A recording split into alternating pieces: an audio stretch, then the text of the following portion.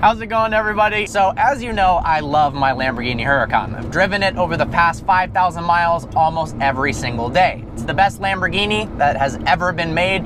It is an incredible mix of insane performance and it's daily drivable. But of course, no car is perfect. So here are some of the things I hate about my Lamborghini Huracan. First up, the glass engine cover. I love the way it looks. I would not have gotten the car without it, especially when it comes with the forged carbon inserts in the engine bay. However, if it rains, you lose all your visibility out the rear of the car. Because the window is at a very flat angle, raindrops build up on the surface, and then you get a huge amount of fog on the glass, and then the entire glass engine cover becomes a fogged over, completely non-transparent piece of glass that ruins all of your rear visibility.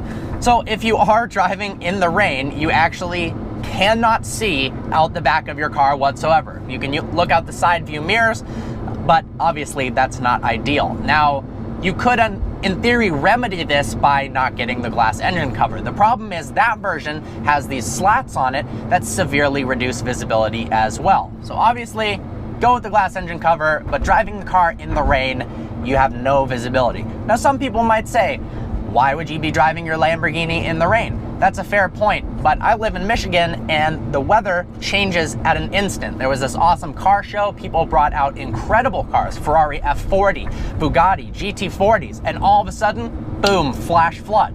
And then you're stuck in the rain, it was unexpected, and you can't see out the back. Also, this has excellent all-wheel drive, so driving the car in the rain isn't a big deal whatsoever. Second up, the backup camera is horrendous, and I mean seriously bad. The graphics look like they're out of a Game Boy Color. It's actually a joke. On an $18,000 Ford Focus, you're getting a much, much better backup camera. Also, the line that's supposed to tell you, when to stop the car, it doesn't give you a good indication of where that actually represents on the vehicle. It's not the back of the car. Actually, if you bring the line all the way up to a wall behind you, you still got a few feet left.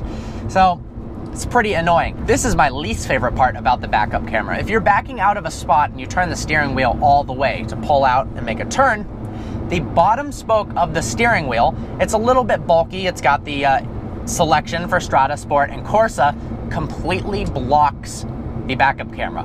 It goes exactly where the backup camera is located, the screen on the right side of the instrument cluster, and then you can't see anything. So as you're backing up, you're both looking around to see the backup camera, looking in your rear view mirror.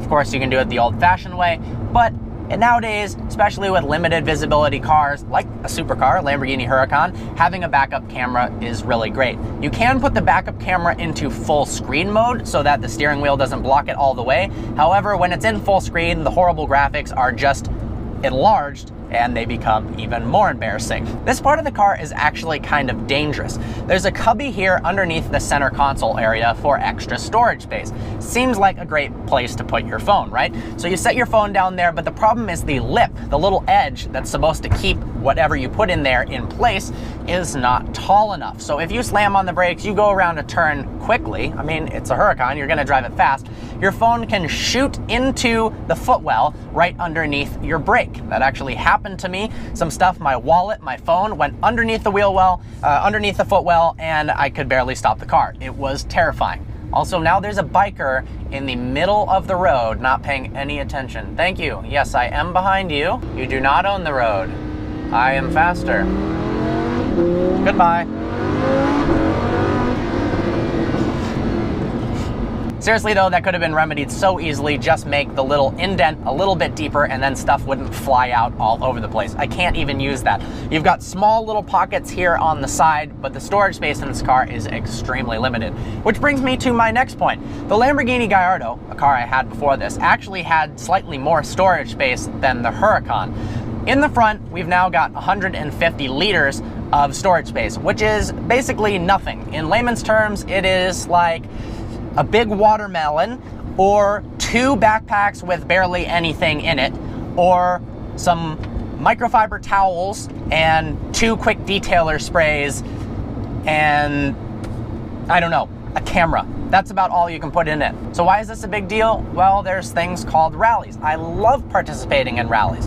And if that is spanning over multiple days, you're gonna need to have space for clothing. And if you go with a passenger, which makes it way more fun, go with your girlfriend, or sometimes I've gone with my girlfriend, or I've gone with Eddie, who are two different people, maybe not. There's no place to put all of your belongings. There's a tiny bit of storage space in the back here, but you have to pack in really small, thin bags because anything like a suitcase won't fit anywhere.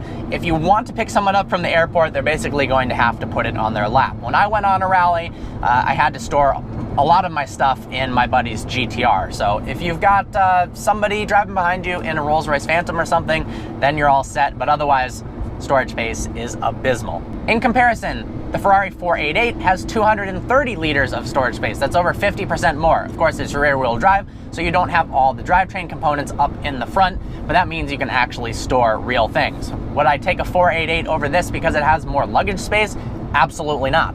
But something to consider, especially if your girlfriend packs a lot of clothes. Lastly, and this is one of the most minor issues, but it's something people talk about a lot on the Huracan forum. When you start up the car, it automatically starts in automatic mode and Strada. Strada is the comfort mode, so to speak.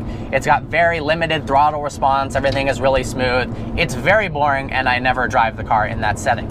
It also has the screen in the split screen view. So you've got a small little tachometer on the left, and then on the right, you've got your music or navigation or something like that. Well, I like to drive in Sport or Corsa. I'm mostly in Corsa, I'd say 90% of the time.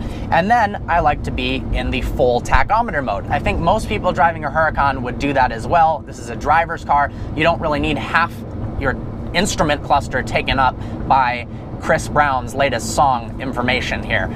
So to do that, you have to press and hold this button on the steering wheel, not once, but twice, and then it pops up. It's a little bit annoying to have to activate that every time. I know that's the biggest first world problem ever, having to waste about 5 seconds of your life to change the screen on your Huracan, but it's pretty annoying. If you could store the setting, and when you turn the car back on, it came with that would be awesome. So there you have it. There's some of the things that I hate about the Lamborghini Huracan. I still love this car more than anything. It is so incredible to drive. This is the first Lamborghini that actually feels like a dream to drive around corners, not just in a straight line, and to look at it. I know people are gonna comment, it's a race car, why do you need all that? It's a Lamborghini, none of that matters. You don't know anything about cars. I'm just giving you some downsides of the car that I've discovered through the 5,000 miles of owning it. Just to let you know that a car like this, even though it is a work of art, there are still issues. No car is perfect. Every car has some flaws. Hope you enjoyed this video. Like always, please browse our channel and subscribe. I look forward to seeing you next video.